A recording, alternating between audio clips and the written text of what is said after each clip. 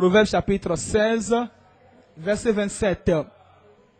L'homme pervers prépare le malheur, et il y a sur ses lèvres comme un feu ardent. L'homme pervers excite des querelles, et le rapporteur divise les amis. L'homme violent séduit son prochain, et le fait marcher dans une voie qui n'est pas bonne. Vous voyez, les querelles, c'est un petit feu. Vous voyez, il y a certaines personnes, lorsque la maison est calme, lorsque la famille est en paix, et lorsque le père, la mère, ils ferment, il y a certains voisins qui veulent amener la colère.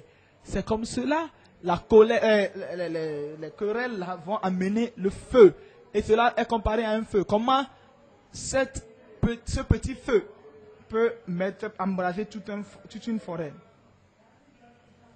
Vous voyez cette petite violence, vous voyez cette petite méchanceté peut être le début d'une grande dévastation, d'un feu dévastateur. Ésaïe chapitre 9, un petit feu peut consumer toute une forêt. Ésaïe chapitre 9, verset 18. Ésaïe chapitre 9, verset 18. Par la colère de l'Éternel, des armées, le pays est embrasé, et le peuple est comme la proie du feu. Nul n'épargne son frère. On pille à droite, et l'on a faim. On dévore à gauche, et l'on n'est pas rassasié. Chacun dévore la chair de son bras. Vous voyez la méchanceté, la querelle brûle, colère brûle comme un feu. Un peu de feu de la méchanceté va embraser. Cantique des Cantiques, chapitre 8. Cantique des Cantiques, chapitre 8, verset.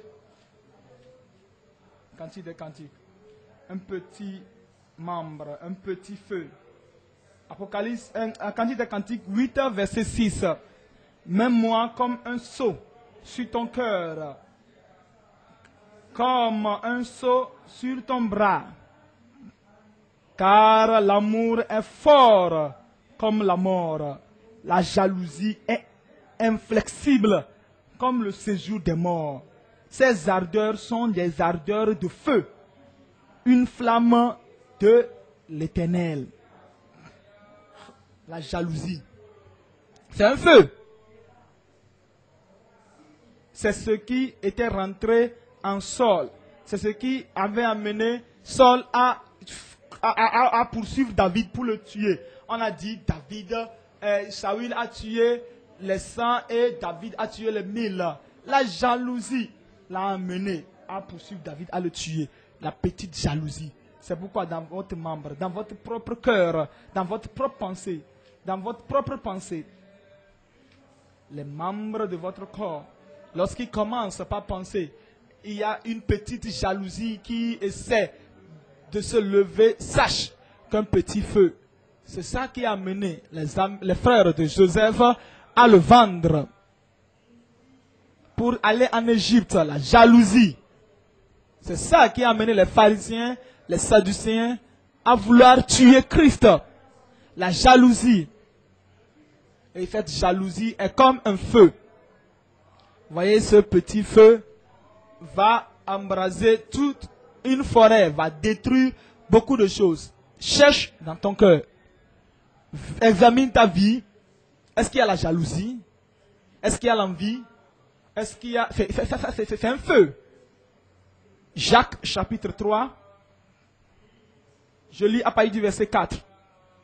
Jacques 3. Verset 4.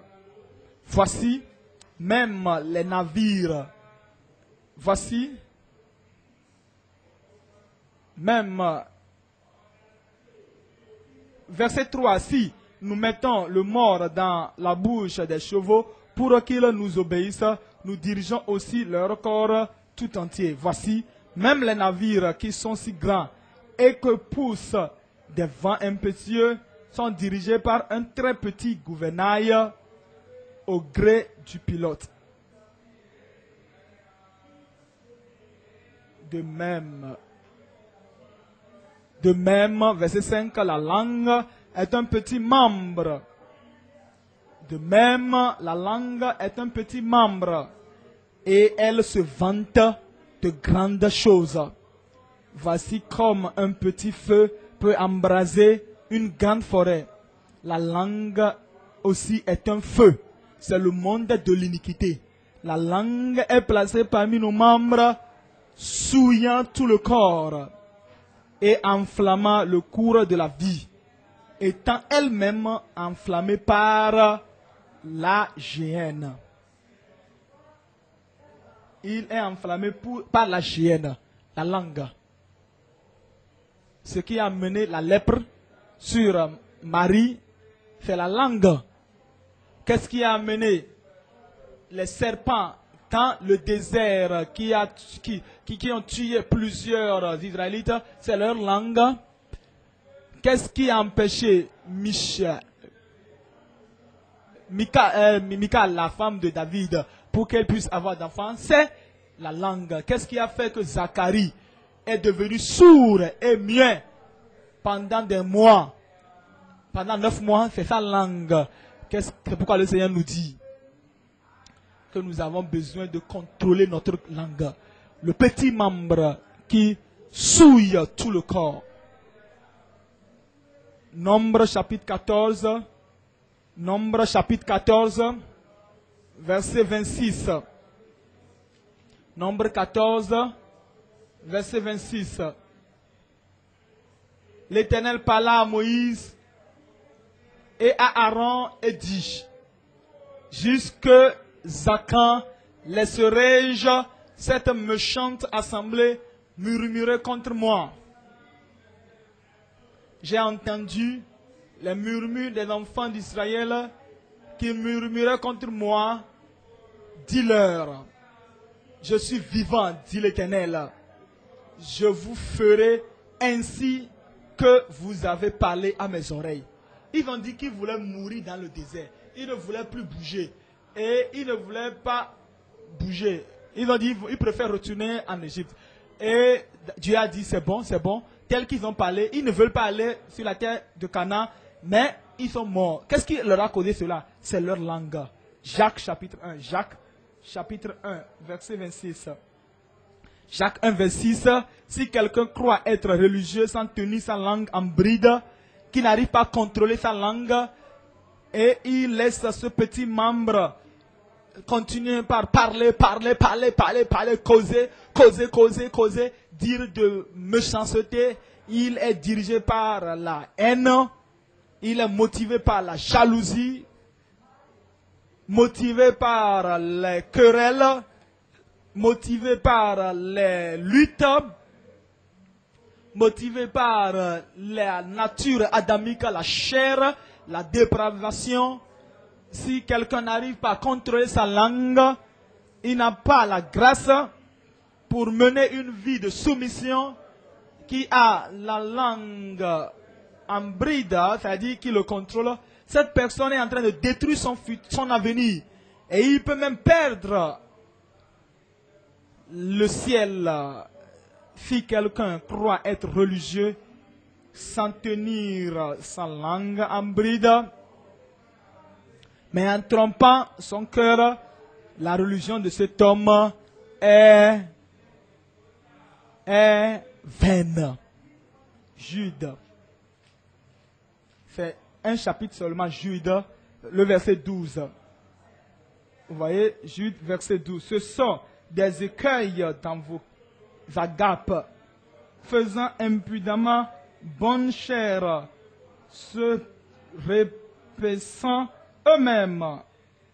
Ce sont des nuées sans eau, poussés par les vents, des arbres d'automne sans fruits, 2 fois morts, déracinés,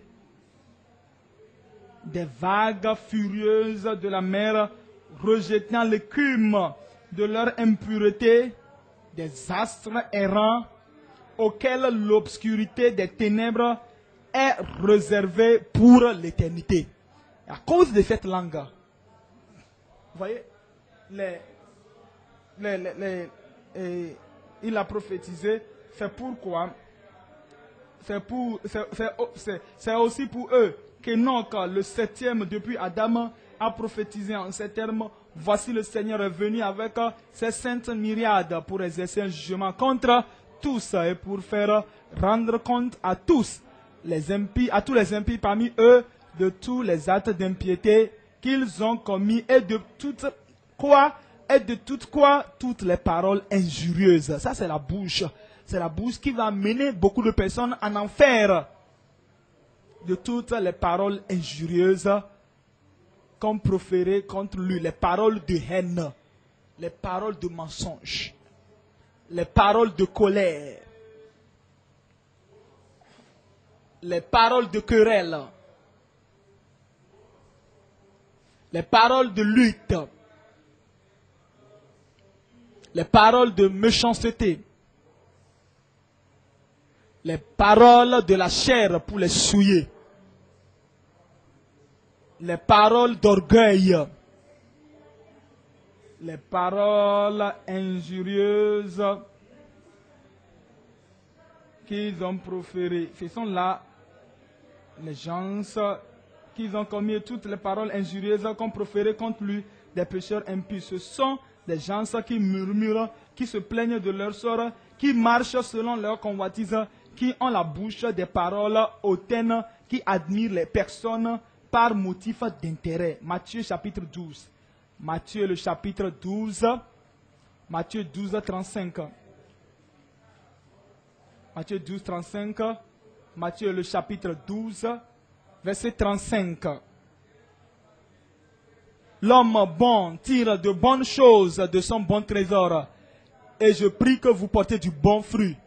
Que vous portez de bons fruits. Je dis, vous allez porter de bons fruits au nom de Jésus. Et l'homme méchant tire de mauvaises choses de son mauvais trésor. Je vous le dis, au jour du jugement, les hommes rendront compte de toute parole vaine qu'ils auront proférée. Au jour du jugement. Car par tes paroles tu seras justifié. Et par tes paroles tu seras condamné. Je prie que tes paroles te justifient. Que tu ne sois pas condamné par tes paroles au nom de Jésus. Le Seigneur nous a révélé l'importance du petit membre. Le petit membre dans le corps de Christ. Le petit membre dans nos propres corps. Dans vos yeux, vos petites oreilles, votre petite bouche, votre petite langue, votre petit membre, vos pieds, toutes les parties de votre corps. Vous amenez tout au contrôle pour que le Seigneur les contrôle. Et tu dis, Seigneur, je ne veux que rien, aucun membre, aucun petit membre de mon corps m'amène en enfer. Et nous aussi qui sommes des pasteurs, les ministres, les leaders, les enseignants dans cette église, nous devons veiller sur tous les membres de l'église. Il suffit que les gens soient sauvés, sanctifiés, saints, qui aient des visions, qui puissent les fortifier, qu'on puisse les conduire dans la direction que le Saint-Esprit nous dirige. Il ne faut pas minimiser les membres. Il faut les encourager plutôt. Il faut les édifier plutôt. Il faut les édifier. Il faut leur donner des responsabilités. Il faut